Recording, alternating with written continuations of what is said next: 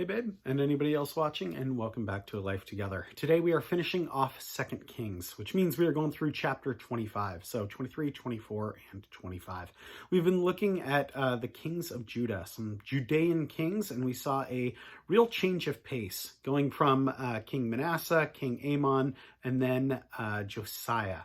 So we also saw Josiah, or a couple people in his kingdom, discovering the book of the law. And then we saw his response to that. We're going to talk a little bit more about that today, even though we're not going to look a ton at some of the stuff that Josiah did. We're going to look at him renewing the covenant, and we'll talk about that response. But we're also going to look at the kings Jehoiakim, Jehoiachin, Jehoahaz, and Zedekiah. Don't think that's in order there.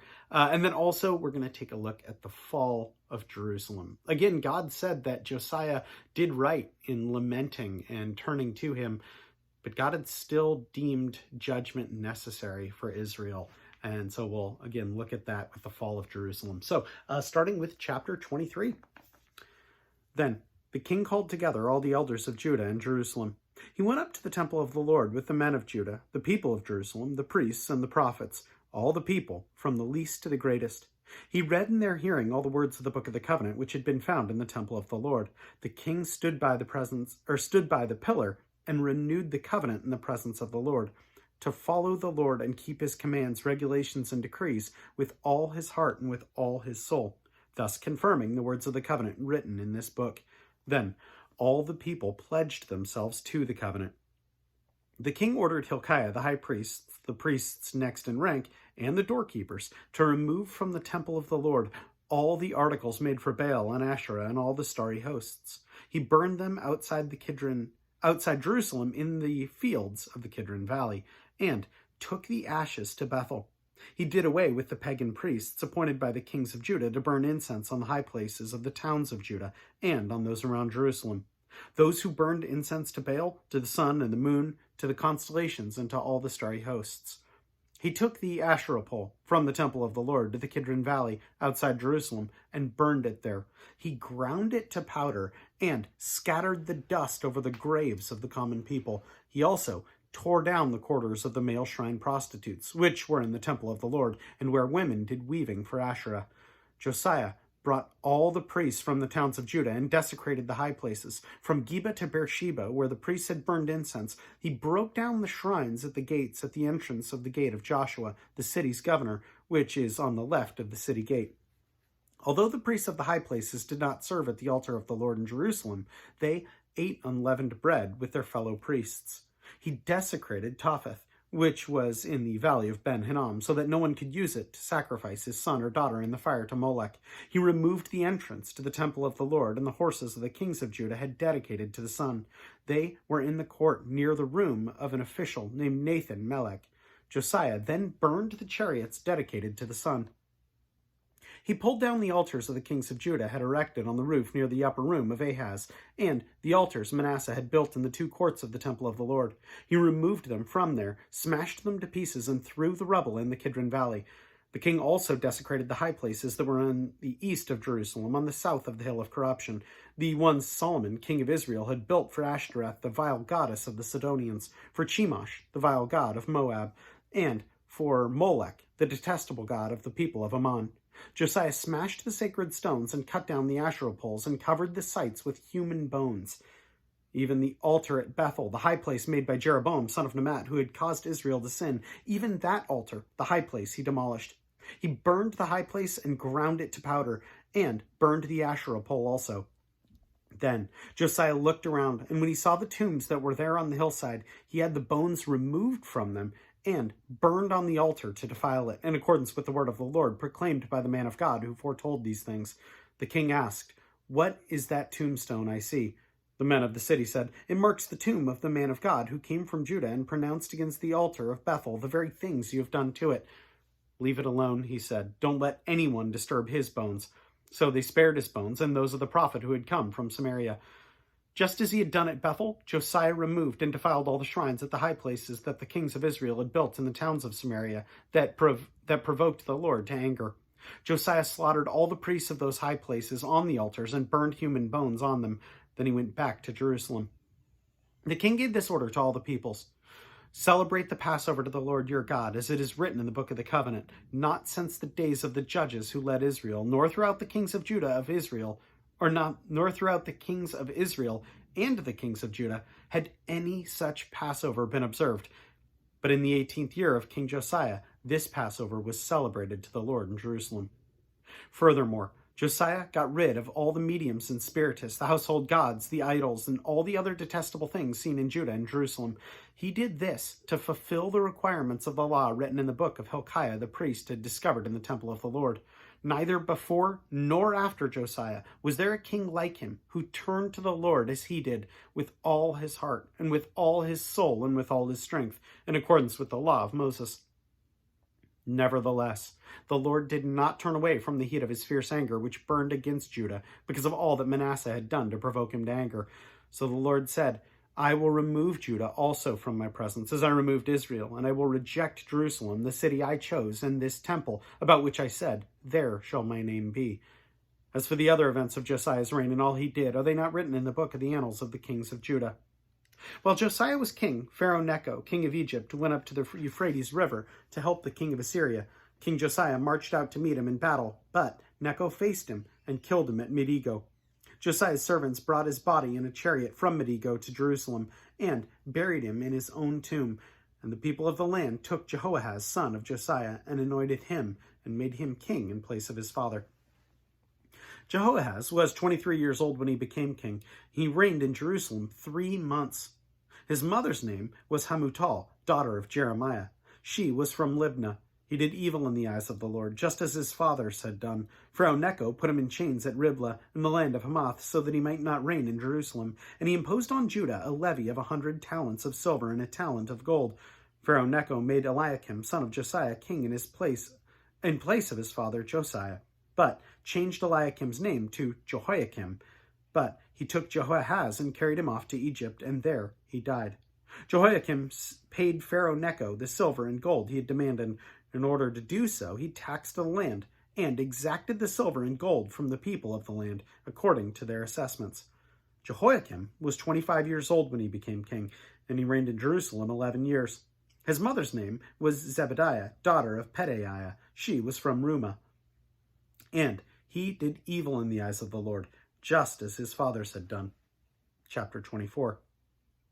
During Jehoiakim's reign, Nebuchadnezzar, king of Babylon, invaded the land, and Jehoiakim became a vassal for 3 years. But then he changed his mind and rebelled against Nebuchadnezzar. The Lord sent Babylonian, Aramean, Moabite, and Ammonite raiders against him. He sent them to destroy Judah in accordance with the word of the Lord proclaimed by his servants, the prophets.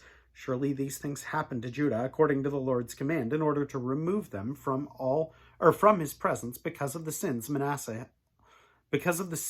of Manasseh, and all that he had done, including the shedding of innocent blood. For he had filled Jerusalem with innocent blood, and the Lord was not willing to forgive. As for the other events of Jehoiakim's reign, all he did, are they not written in the book of the annals of the kings of Judah?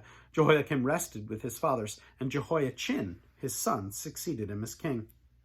The king of Egypt did not march out from his own country again, because the king of Babylon had taken all his territory, from the Wadi of Egypt to the Euphrates River.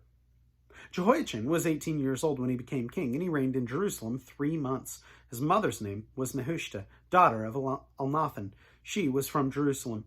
He did evil in the eyes of the Lord, just as his father had done. At that time, the officers of Nebuchadnezzar, king of Babylon, advanced on Jerusalem and laid siege to it, and Nebuchadnezzar himself came up to the city while his officials were besieging it. Jehoiachin, king of Judah, his mother, his attendants, his nobles, and his officials all surrendered to him. In the 8th year of the reign of the king of Babylon, he took Jehoiachin prisoner. As the Lord had declared, Nebuchadnezzar removed all the treasures from the temple of the Lord and from the royal palace, and took away all the gold articles that Solomon, king of Israel, had made for the temple of the Lord. He carried off into exile all Jerusalem, all the officers and fighting men, and all the craftsmen and artisans, a total of 10,000. Only the poorest people of the land were left. Nebuchadnezzar took Jehoiachin captive to Babylon. He also took from Jerusalem to Babylon the king's mother, his wives, his officials, and the leading men of the land. The king of Babylon also deported to Babylon the entire force of 7,000 fighting men, strong and fit for war, and 1,000 craftsmen and artisans. he made Mattaniah, Jehoiachin's uncle, king in his place, and changed his name to Zedekiah. Zedekiah was 21 years old when he became king, and he reigned in Jerusalem 11 years. His mother's name was Hamutal, daughter of Jeremiah. She was from Libnah. He did evil in the eyes of the Lord, just as Jehoiakim had done. It was because of the Lord's anger and all that had happened to Jerusalem and Judah, and in the end, he thrust them from his presence. Chapter 25. Now Zedekiah rebelled against the king of Babylon. So in the 10th year of Zedekiah's reign, on the 10th day of the 10th month, Nebuchadnezzar, king of Babylon, marched against Jerusalem with his whole army. He encamped outside the city and built siege works all around it. The city was kept under siege until the 11th year of King Zedekiah. By the 9th day of the 4th month, the famine in the city had become so severe that there was no food for the people to eat. Then the city wall was broken through, and the whole army fled at night through the gate between the two walls near the king's garden, though the Babylonians were surrounding the city. They fled toward the Arabah, but the Babylonian army pursued the king and overtook him in the plains of Jericho. All his soldiers were separated from him and scattered, and he was captured. He was taken to the king of Babylon at Riblah, where sentence was pronounced on him. They killed the sons of Zedekiah before his eyes, and they put out his eyes, bound him with bronze shackles, and took him to Babylon. On the 7th day of the 5th month, in the 19th year of Nebuchadnezzar, king of Babylon, Nebuzaradan, commander of the imperial guard and officer of the king of Babylon, came to Jerusalem. He set fire to the temple of the Lord, the royal palace, and all the houses of Jerusalem. Every important building he burned down. The whole Babylonian army, under the commander of the imperial guard, broke down the walls around Jerusalem. Nebuzaradan, the commander of the guard, carried into exile the people who remained in the city, along with the rest of the populace and those who'd gone over to the king of Babylon. But the commander left behind some of the poorest people of the land to work the vineyards and fields. The Babylonians broke up the bronze pillars, the movable stands, and the bronze sea that were at the temple of the Lord, and they carried the bronze to Babylon. They also took away the pots, shovels, wick trimmers, dishes, and all the bronze articles used in the temple service. The commander of the imperial guard took away the censers and sprinkling bowls, all that were made of pure gold or silver. The bronze from the two pillars, the sea, and the movable stands, which Solomon had made for the temple of the Lord, was more than could be weighed. Each pillar was 27 feet high. The bronze capital at the top of the pillar was 4.5 feet high, and was decorated with a network of pomegranates of bronze all around. The other pillar, with its network, was similar. The commander of the guard took as prisoners Seraiah, the chief priest, Zephaniah, the priest next in rank, and the 3 doorkeepers. Of those still in the city, he took the officer in charge of the fighting men and 5 royal advisors. He also took the secretary, who was chief officer in charge of conscripting the people of the land, and 60 of his men who were found in the city. Nebuzaradan, the commander, took them all and brought them to the king of Babylon at Riblah. There at Riblah, in the land of Hamath, the king had them executed. So Judah went into captivity away from her land.